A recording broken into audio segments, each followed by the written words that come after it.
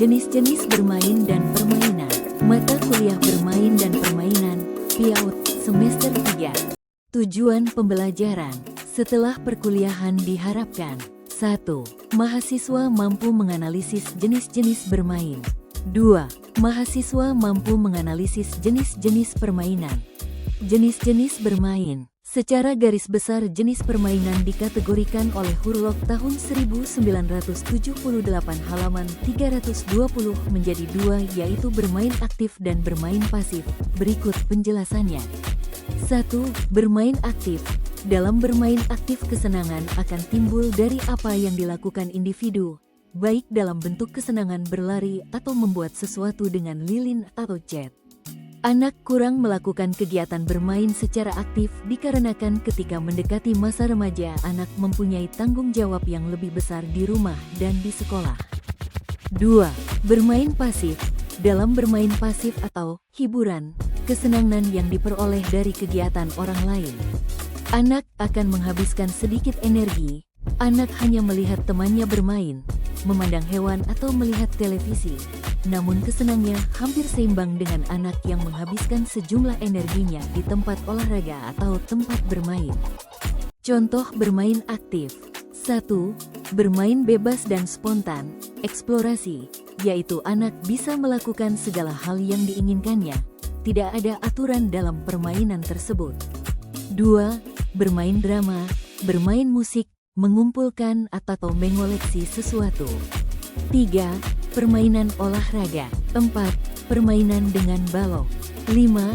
Permainan lukis tempel dan menggambar. Contoh bermain pasif. 1. Menonton adegan lucu. 2. Membaca buku. 3. Mendengarkan cerita. 4. Menonton televisi. 5. Mengingat nama-nama benda.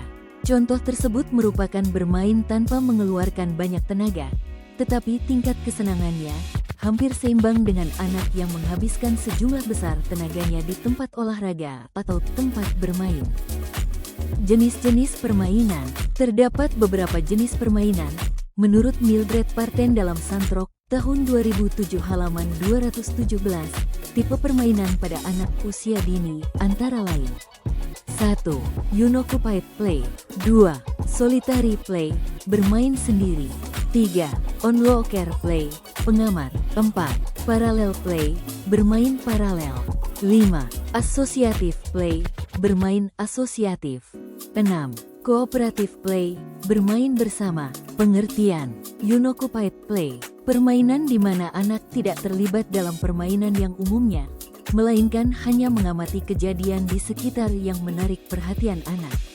Jika tidak ada hal yang menarik, anak akan menyibukkan diri dengan melakukan berbagai hal seperti bermain anggota tubuhnya.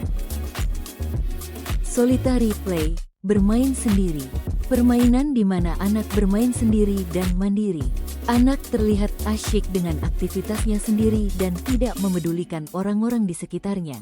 Anak baru merasakan kehadiran orang di sekitarnya apabila ada yang mengambil mainannya. Onlooker play, pengamat. Kegiatan bermain terjadi ketika anak memerhatikan anak-anak lain bermain dan tampak ada minat besar terhadap kegiatan anak lain yang diamatinya. Jenis kegiatan bermain ini umumnya tampak pada anak usia 2 tahun. Parallel play, bermain paralel. Permainan di mana anak bermain terpisah dari anak yang lain, tetapi dengan mainan seperti yang dimainkan anak lain atau dengan cara meniru anak lain. Dengan melakukan kegiatan yang sama, anak dapat terlibat kontak dengan anak lain. Melakukan kegiatan paralel bukan kerjasama karena pada dasarnya anak masih bersifat egosentris dan belum mampu memahami, berbagi rasa maupun kegiatan dengan anak lain. Associative play, bermain asosiatif. Permainan yang melibatkan interaksi sosial dengan sedikit atau tanpa pengaturan. Pada tahap ini ditandai dengan adanya interaksi antar anak yang bermain, saling tukar alat permainan, tetapi masing-masing anak sebenarnya tidak terlibat kerjasama. Kegiatan bermain ini biasa terlihat pada anak usia prasekolah.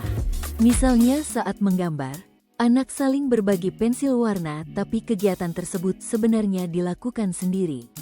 Kemampuan anak untuk melakukan kerjasama dalam bermain bersama tumbuhnya tergantung pada kesempatan yang dimiliki untuk bergaul dengan anak lain.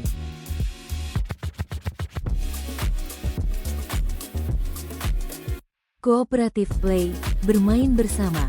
Permainan yang melibatkan interaksi sosial dalam satu kelompok dengan suatu perasaan identitas kelompok dan aktivitas yang terorganisir.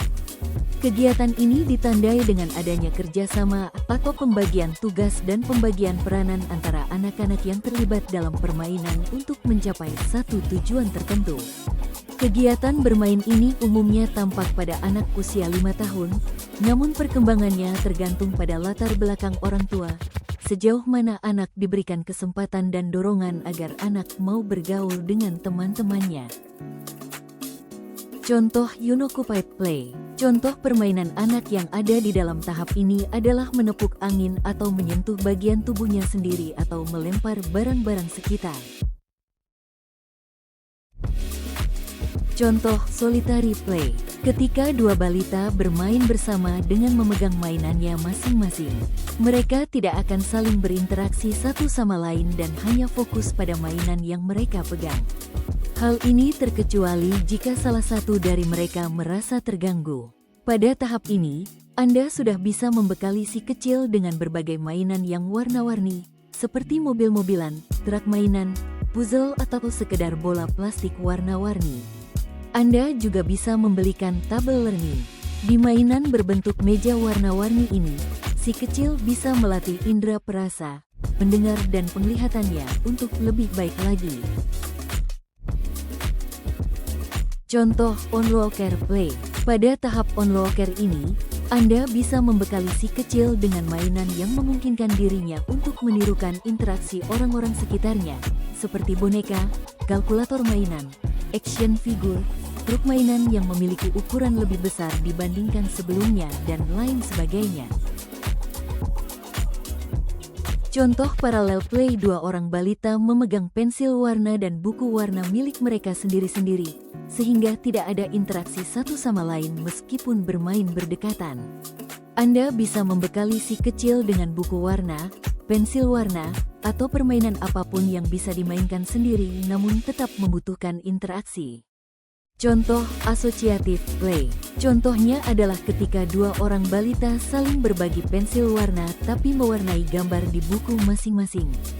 Si anak bisa jadi melihat hasil warna temannya, mengkopinya namun tidak melakukan hal yang lebih lanjut. Walaupun sudah bersosialisasi, namun intensitas sosialisasinya cukup terbatas.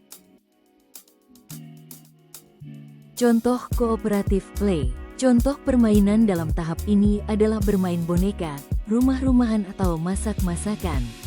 Anak bisa menyiapkan masakan untuk anak lainnya dan berinteraksi satu sama lain sepanjang permainan berlangsung.